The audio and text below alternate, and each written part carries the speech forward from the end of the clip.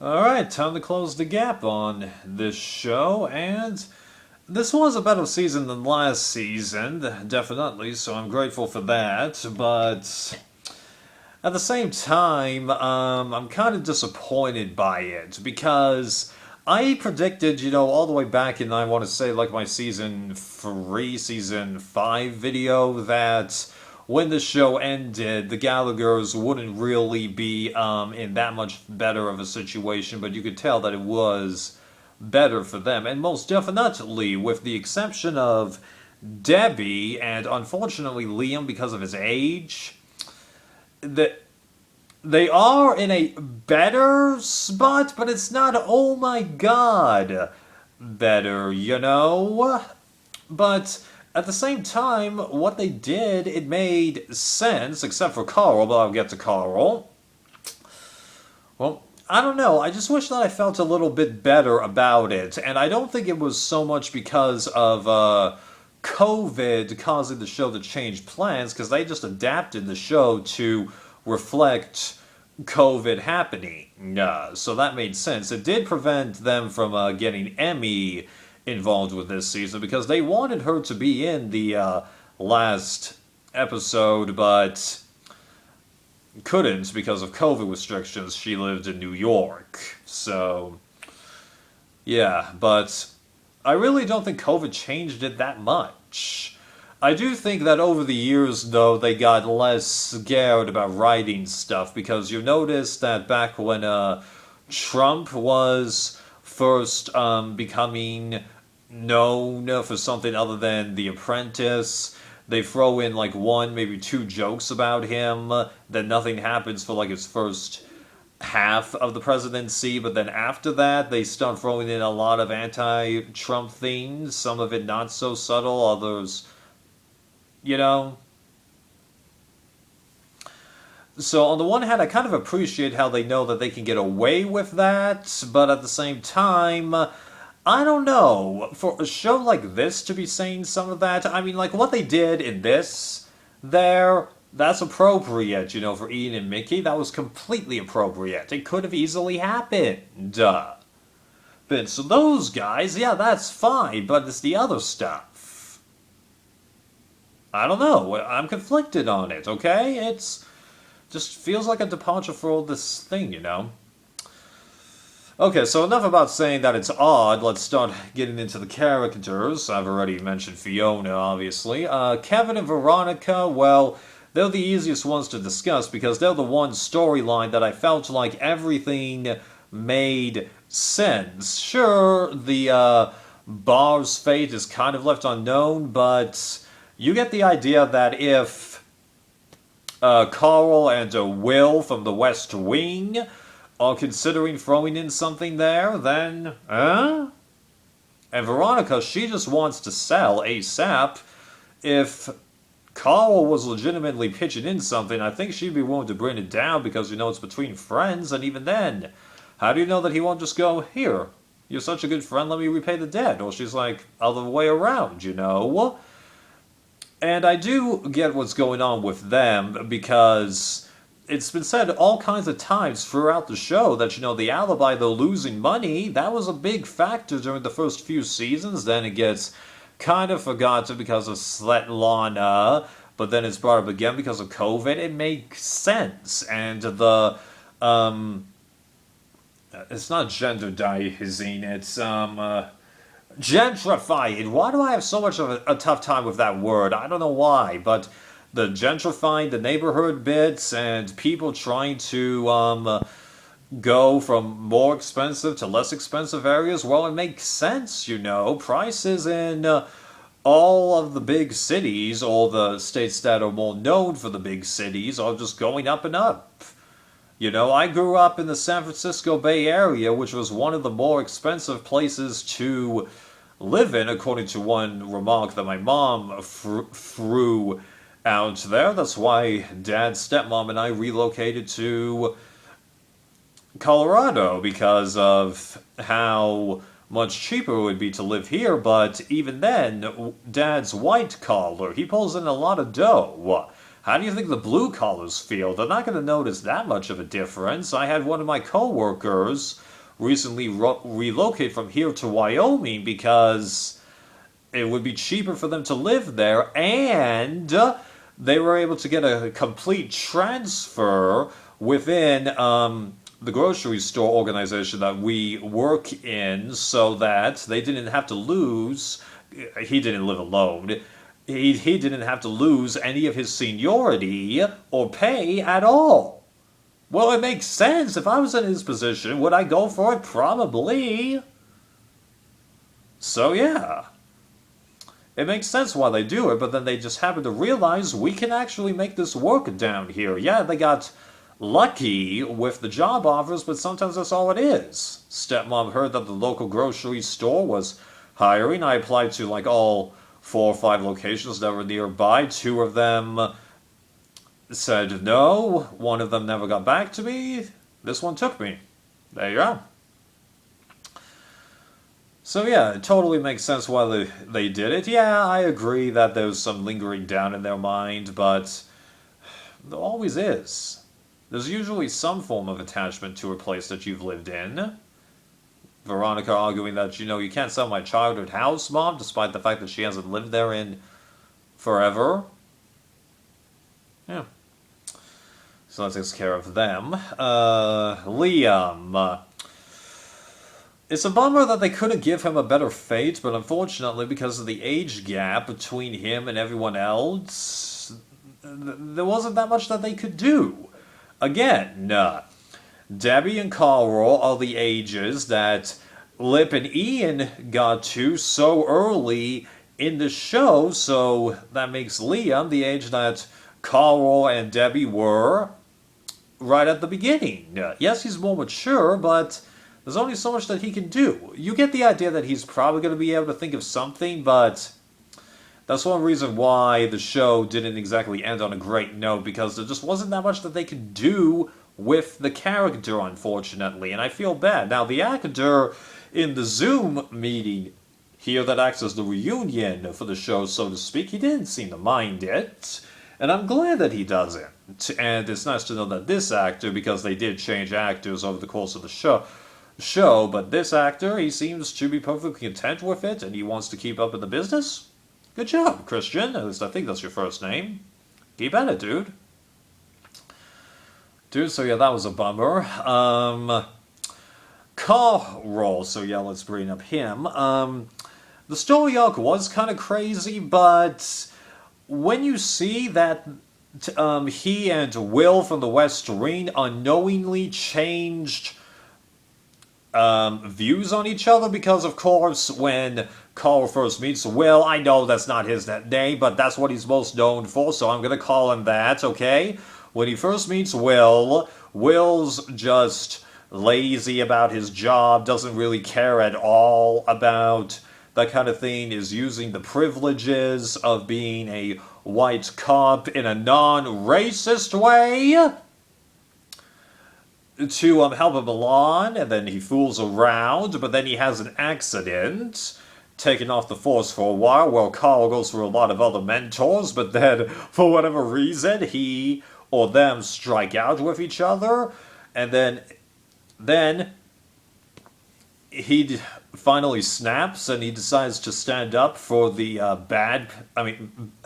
lesser off people. And yeah, he gets punished at first, but one-on-one, all of his superiors are telling him, actually, we approve of what you did, it's just, we gotta do this. But then he reunites with Will, who has learned from his mistakes, fools around a lot less, takes the job a good ways more seriously, although Will knows that he's barely likely to get involved with anything violent, despite them living in Chicago, one of the more crime-ridden places in the country for a big city, that is. I know that reports of Chicago being a bad place to live are kind of overblown, but there's a lot of truthfulness to them at the same time. Hey, it's just how it is, But you see the bits where they were talking in the parking lot there, and Will's just grooving out to that song, and it appears that he's gone back to his old ways, and Carl's walking out there to give him a piece of his mind, but then he's like, okay, you know what, mother effer, I'm going to show you up. So then he starts doing something of his own, but then both of them realize, hey, we're enjoying this. And then the next time you see Will, he's like, how's it going, Officer Carl? And Carl responds in a positive way. You can tell that the two of them now have a lot more respect for each other. Yeah, there's something there. It's not going to be perfect, but with the generation gap and different personalities, of course that's going to be what it is. You seriously don't think Carl will find something close to what Will has later in life if he's still alive? Of course, it's still on the Force, you know, where he puts in a lot of time and he finds the way of enjoying the privileges of being a cop, but nonetheless jumps into duty moment that they call. It's a very possible future for him. There's hope for Carl there. It's unlikely, but it could happen. Yeah. So that's him there. Ian and Mickey. Well, we've seen this kind of relationship in all kinds of shows before. Comedies, dramas, just whatever angle you want to look at it. We've seen this kind of stuff where they're going through, yeah, they argue about stuff that seems pointless, but unfortunately it seems like maybe people will do that. You're going to have to make some compromises. Yeah, they don't fit in on that west side area, and I totally suspect one of them is going to do something bad, either intentionally or unintentionally, and one of them will probably end up back in prison, and then they just gotta work things out, because you gotta remember, they all still driving around a stolen ambulance that they didn't even bother painting! But, you know, are those two going to work out? Oh yeah, it's gonna be messy, but yeah. So, stay on the straight and narrow. Unfortunately, I think they've got too many tendencies in them, but they're definitely going to be putting their feet forward, or at least Ian's going to clean up a lot of the bad stuff. But yeah, guys, you're not going to be able to fit in with the higher society of Chicago. No way. No way. Lip. Oh, jeez. Guy can't catch a break minus Tammy, because after what they went through last season and then a little bit at the beginning of this season, you can tell that even though they know that they're going to have their issues, they want to work it out. And even when Tammy's saying, you know, I think I'm pregnant again, she's saying it less as of, oh my god, what do we do? It's, I want you to know. Let's keep an eye on this and we'll decide where we go from here, okay? And Lip's shocked, but then as she's walking away, she goes, just give us some thought about where you want us to live. As long as the three of us are together, I don't care. Because she's made her choice. She doesn't care about the high-privileged society that she kind of was a part of. She just cares about keeping the family unit together, and she's like, I'd rather have love than a heck of a lot of dough. She knows it won't be perfect, but she's content with it. And do I think that she is going to be a good mother to Fred and maybe her second baby? She's definitely going to try her hardest. And I see a lot of potential for her in that field. And then Lip, yeah, he's a messed up guy, but at the same time, wouldn't the fact that he messed up so many times and then he threw away tons of his potential actually inspire those people to work harder? And even then, look at how many times he rebuilt himself. And then let's not count how many relationships he screwed up. You know, because as a few commenters on YouTube here pointed out, he probably did the bits with Mandy and Amanda because Karen used him a few times. Because I think that he did want to commit there, but didn't really know how to express himself or stand up for himself. Whereas for Mandy and Amanda, he's more able to stand up for himself, but at the same time he didn't know what he totally wanted, and I think had the fear of committing to a relationship. because of what had happened to him. Then we see him trying with Serena there, but then it all goes to hell for a variety of reasons, even though he did care about. What was the girl's name again? I don't remember. Sure, it didn't work out, but you could tell that he left quite an impression on her because she didn't want to leave, but recognized that she had to. And even when that girl reunited with the biker chick's sister slash half sister.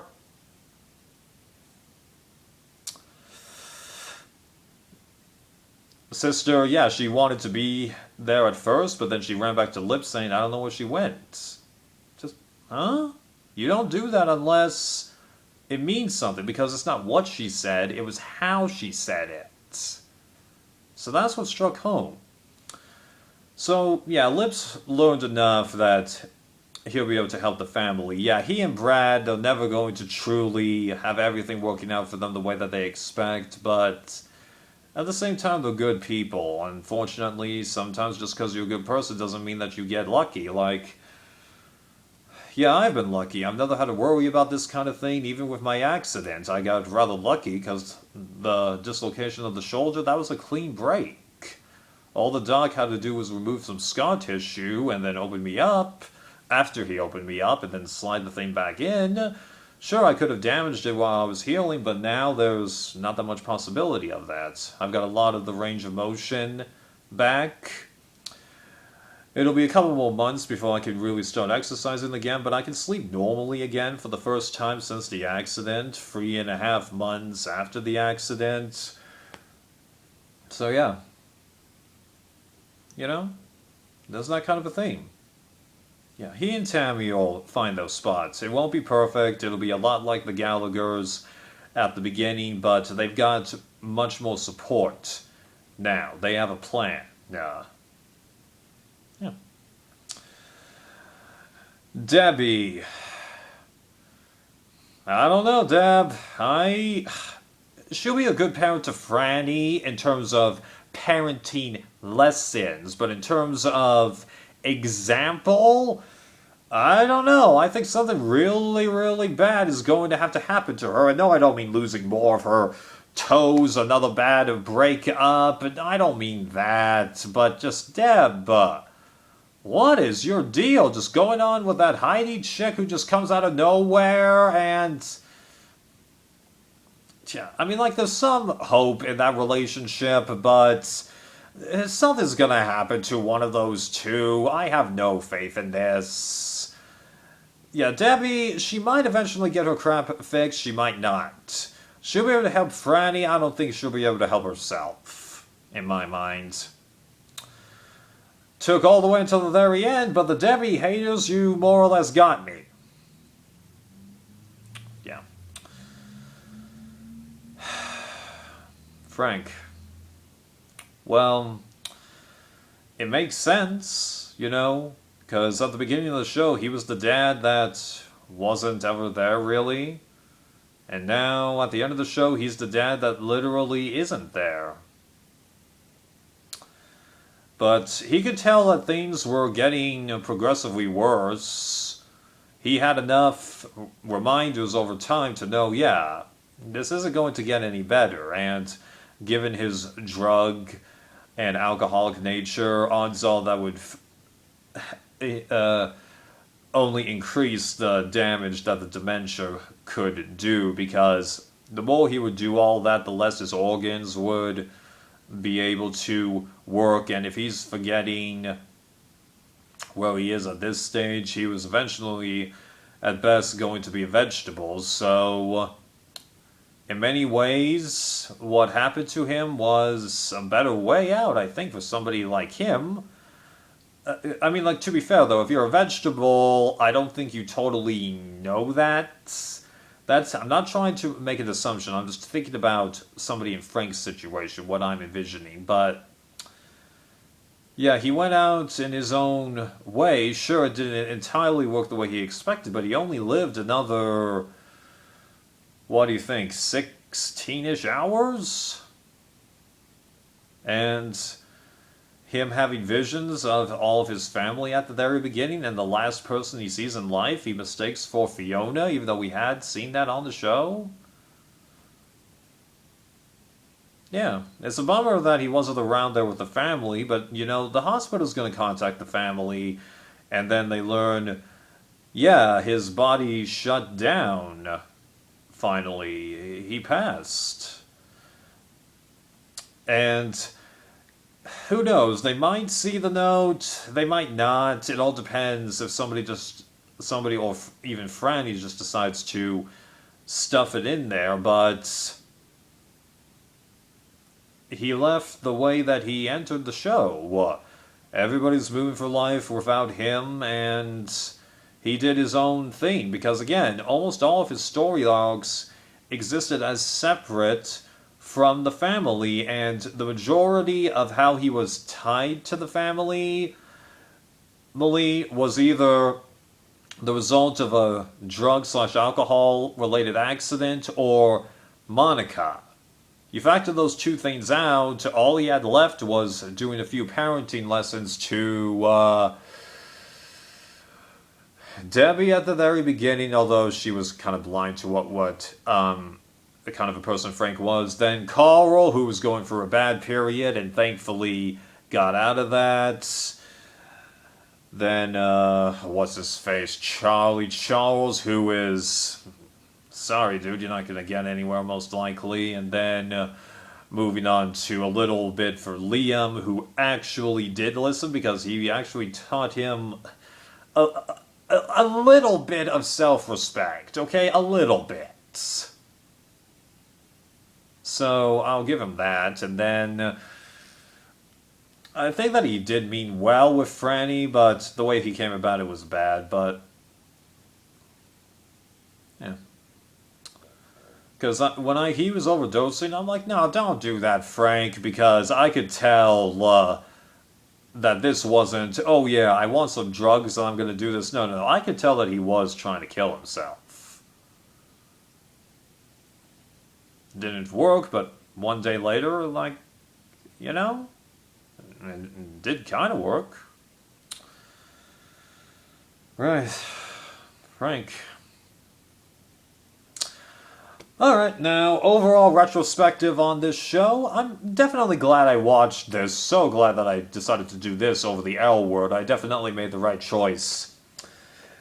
There. Am I going to keep this? I don't know, because it doesn't seem to have as great of a rewatch value as I was hoping for, and also, coincidentally, I got all of these seasons at once, as you might remember from my last DVD and Blu-ray video, and turns out seasons 1, 4, 7, and 9, they all had one disc that was wrong with them, and every disc for season 8 had a problem. Now, I've already bought seasons 1 and season 8 because I needed to buy them again in order to watch special features on there, but the other seasons, I was just able to use my pirate websites to watch the episodes, and then here to watch the deleted scenes, but I'd still have to put in, like, $45 to $55 more dollars in order to get proper discs to get the show back to 100% again, and again, I don't really know about it, because it's not a bad show, but again, towards the end, things began to change, and I'm like, I don't know. Like, it would have been a little better critique-wise, if the show had ended at season 9, but to be fair, if you had ended it then, yes, it would have been fine for Fiona, it would have been decently fine for Ian, but Lip and Carl, it wouldn't have been fine for them. Debbie, she would have been in about the same situation that she was now. Liam, a little bit less, actually, so, you have that catch-22. Well, although, I bet they probably would have done things differently for, Liam and Carl had they been planning on ending it at season 9, because half the reason that they do these kinds of things is because they know they're going to keep the show going. So... Alright, well, I'd say that about sums it up with this scene, honestly. Wow, 10 minutes longer? Well, I guess I just had a little bit more to say about this scene in, retrospect. Oh, and why did I not talk about the Milkovich bit? Well, it's like how Mickey mentioned. Had all that time to do it, and then it just all of a sudden happens, and then you're like, BAM! It's happened. So is he sad because of the relative connection, or is he sad because he isn't sad? I felt that way when a certain member of my family passed. Not gonna say who, but yeah. See you for the next show.